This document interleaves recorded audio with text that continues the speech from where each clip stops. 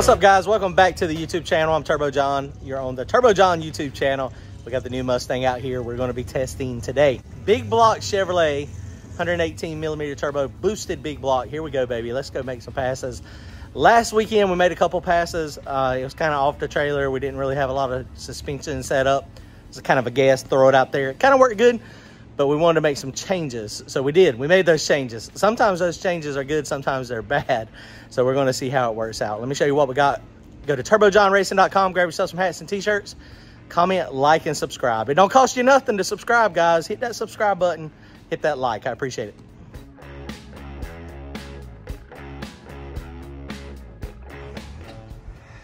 All right, guys. Well, we have been out here a solid 2 hours. Do we ever not work on it when we get here? No. Never. So we've been working on it. We didn't have everything quite done. And so Brandon got the radiator stuff. Brandon! Somebody said I need to start calling you Steve. Steve? All right. He said, whatever, I'm down. Well, we are tired. We are exhausted. I got home last night about 3:30. Went to bed about 4, got up about 8. I'm struggling. We still got a few things to do, though. So we stopped by Austin's by Dragway Solutions, and we got some ends to wire up our fan and our radiator, our pump, all that stuff fit phenomenal. So that looks really good. We did have to butt join it because I don't have the proper tools. Austin is not very happy about that, but it's going to work for us temporarily. So I got to get the right tools and get the kit for ourselves, those kits too. But the wiring and the plumbing turned out really good. The wiring definitely turned out good. So what he's doing now is just basically routing us a line to our overflow. Oh yeah, check it out. That's a perfect spot for it. Come down there and then we'll be able to get the cap on and off. Dude. The front bumper or front piece, I guess, whatever. Fenders and bumper and everything clears all this. So okay. That's not going to be an issue. Awesome. Down at 710 Dragway. I don't know if y'all remember this place. They're doing a race today, but they're also doing some testing. I don't know. There's not a ton of cars here. I don't know who exactly is putting on the race. I know Eric and Zifford and them from Digger Godai crew is part of it, or they've been kind of talking about it a little bit, but I don't know who all is actually putting it on. There goes little Donald right there. So we are, it looks like there's probably, I saw Ryan over there. There's probably 8 or 10 cars here. So there's quite a few over there on the backside. This cat here is having some issues. So I don't know how many is actually going to get in the race. We're just going to test is all we're going to do. We're not getting in the race at all. So we're almost ready. Randy's got our seat cover on. So parachute turned out good. We are going to modify this a little bit. Brandon is going to remake this, and it's going to go up so we can get this kind of tucked under here, get the parachute up a little bit. I think that'll look nicer, closer to the car.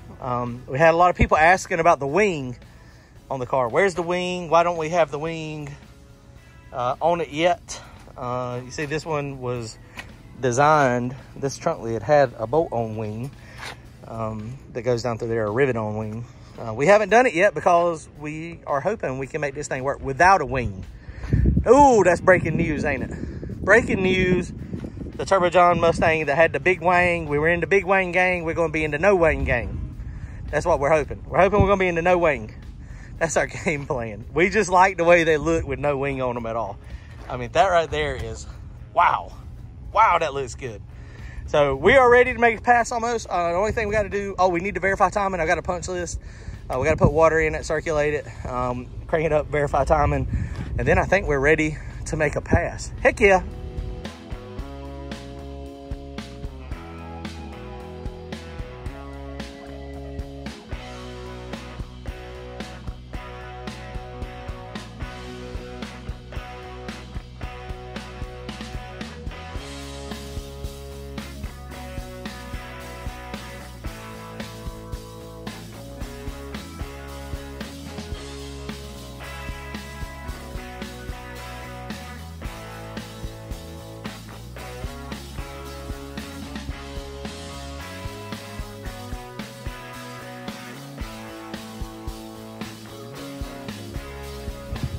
All right, guys, so we just put 2.5 gallons of water in it. So that is good. Our checklist is mostly done.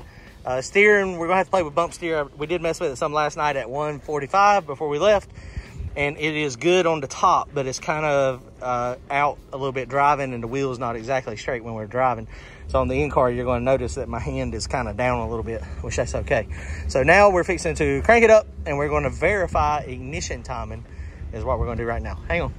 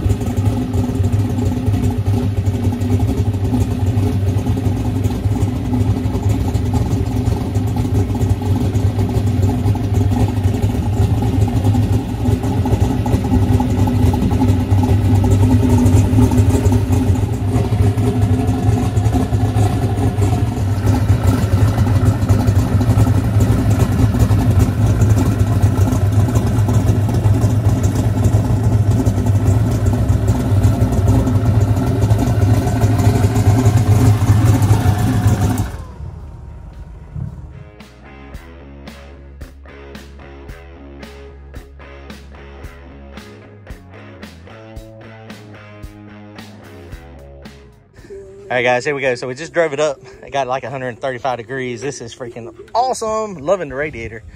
So that's good. So here we go. I think we're the first pair today. They were doing some testing last night, but they're doing chip draw over there now. I don't know how many cars they ended up having, but we're just gonna make some shakedowns. So let's see. 710 backside is fast.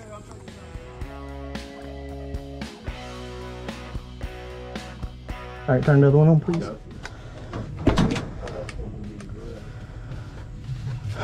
All right, guys, here we go. Shut the other door, okay? Okay.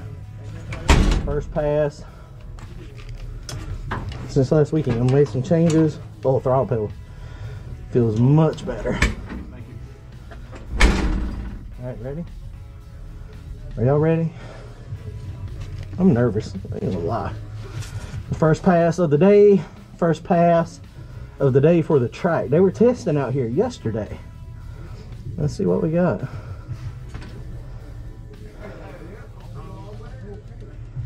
Got it shifting at like 6,500. Here we go.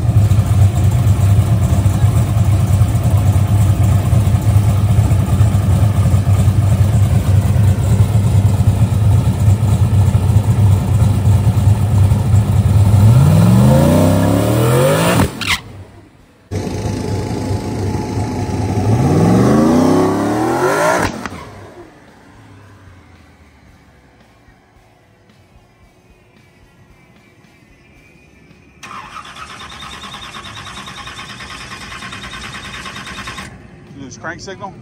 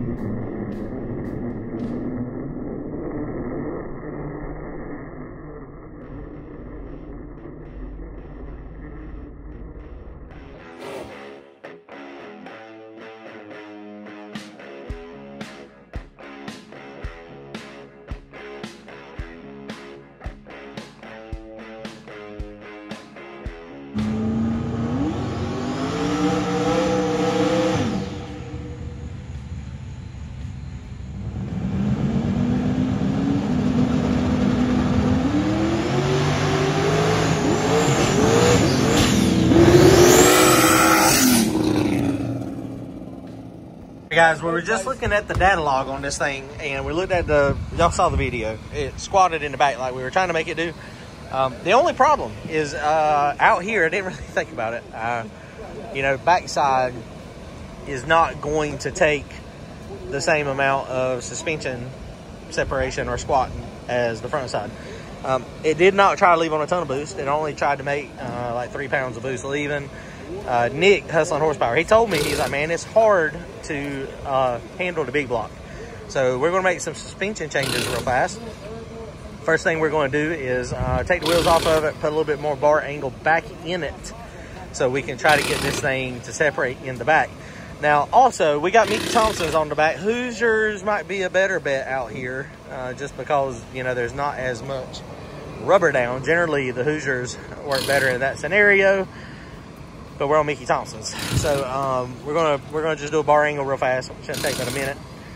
Knock that out real quick, and we're gonna try again. Might actually add a little bit of weight in the back as well. If you remember the weight, it did try to separate and come up. It was nice, smooth, gradual come up in the front, so we might give it a little bit more travel. But I think our problem is the back of the car, not the front. Hey guys, in the burnout too, it lost crank signal. It's a 36-1, so it's not as accurate as the magnet one. So you just got, we don't feel like we got any thrust or anything. Got about 7,000 RPM, so he is resetting the air gap. You said it's about, okay, you said it's about what, 45, 50,000 now? Yeah, it's about 50,000. So 45 slides in there easy. Okay, so we're going to tighten it up to about 30, because if it loses track down there, then that's what happens.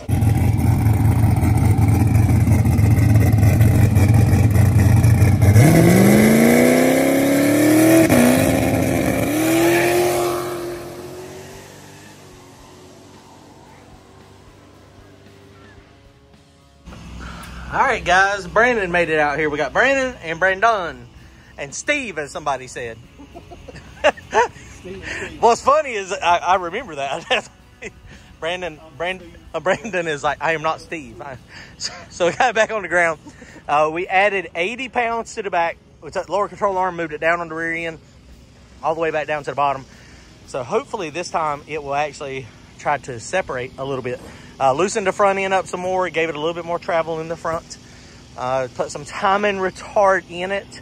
Yes, we done a lot. A lot of people don't like it when I do a lot at one time. Not necessarily the best thing, but it's all educated guesses, right?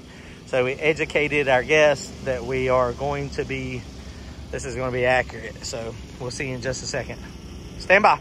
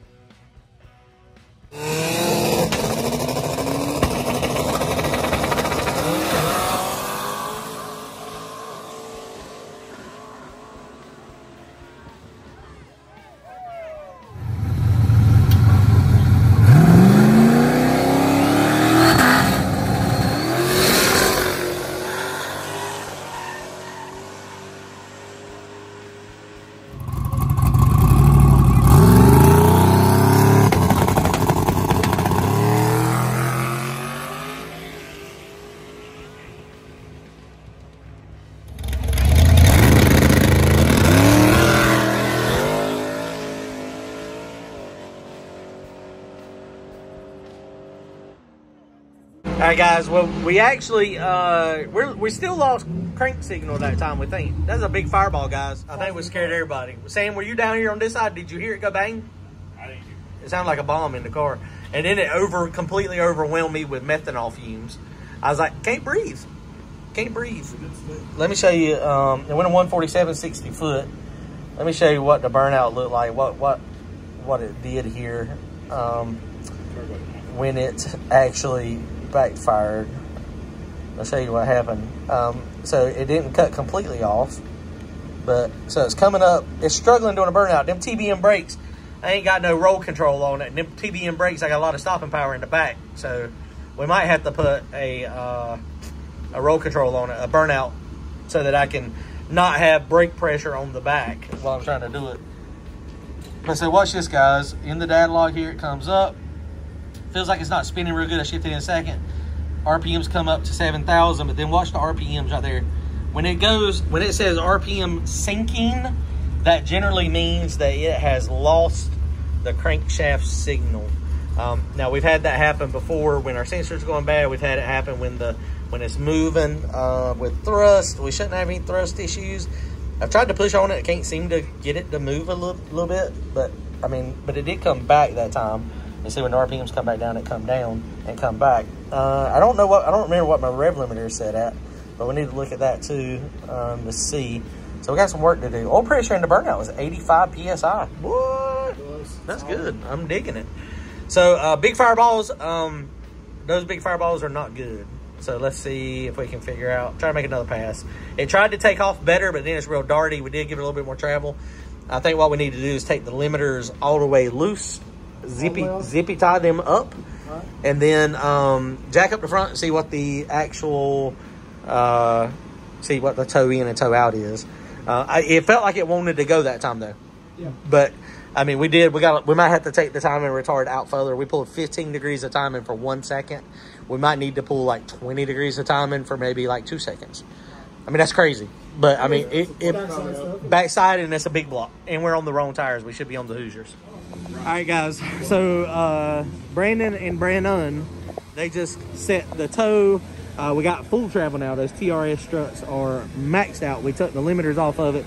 We did actually slow it down a little bit because a minute ago it topped out real fast. I had them full loose and it did top out. We still got some bouncy bounce happening in the back. We're going to try to drop air pressure a little bit on that one and decide if we want to add more power to try to keep it planted. I think we're going to need to change springs in the back, which I do not have them with me. And since the shock is the way the shock is, it's kind of a pain in the butt to actually, I need to rethink this. I might need to turn the shocks upside down like we had it on my old car, so that the spring, you don't have to take it off the top and the bottom. All you gotta do is take it off the bottom and then you can easily take it off. I definitely think I need to do that. These Scarlet Solutions lights, dude, look how bright this thing is. It is, wow. I mean, it is bright. Now the windows are tinted, but in the inside, there is no, you can see everything. It's like lit up. Under the car is lit up. Plenty of light to be able to make changes and to see. And you can see this thing with the front end up. Look how much this thing is squatted in the back.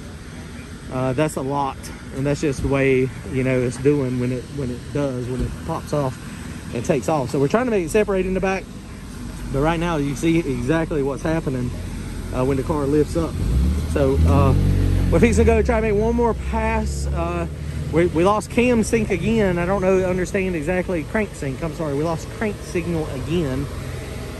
So I don't understand exactly what's causing that. It may just be the 36-1 wheel. It may be a sensor going bad. I'm probably gonna go ahead and order me a new sensor. That sensor is a little old. It's at 7,000 RPM when it does it. So I don't really understand. All right, hang on. We're gonna make another pass.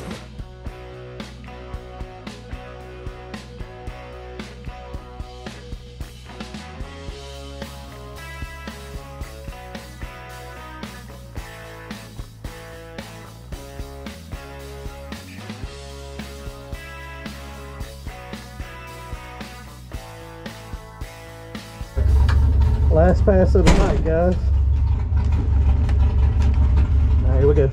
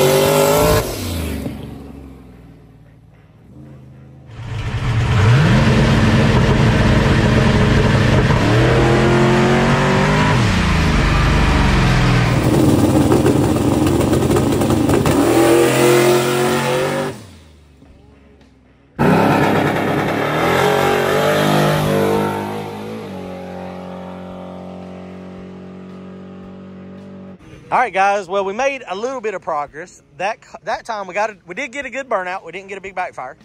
So that was good. So that worked out. Uncle Mike's going to have to make some changes for me on that bar probably because it is hard to get in and out. But it made it 142 60 foot. So that's the best 60 foot we had down here tonight. So that's better. 157, 147, and then 142. So that's good. You know, so the changes are working. These tires are not, Mickey Thompson's are not absolutely the best for back here. But it did work. It did not spin. But Hoosiers are generally better on this type of surface. But the car was way stretched out on the front. It was kind of moving left a little bit. We got a few things we're going to have to work on. I think the bump steer stuff is pretty close.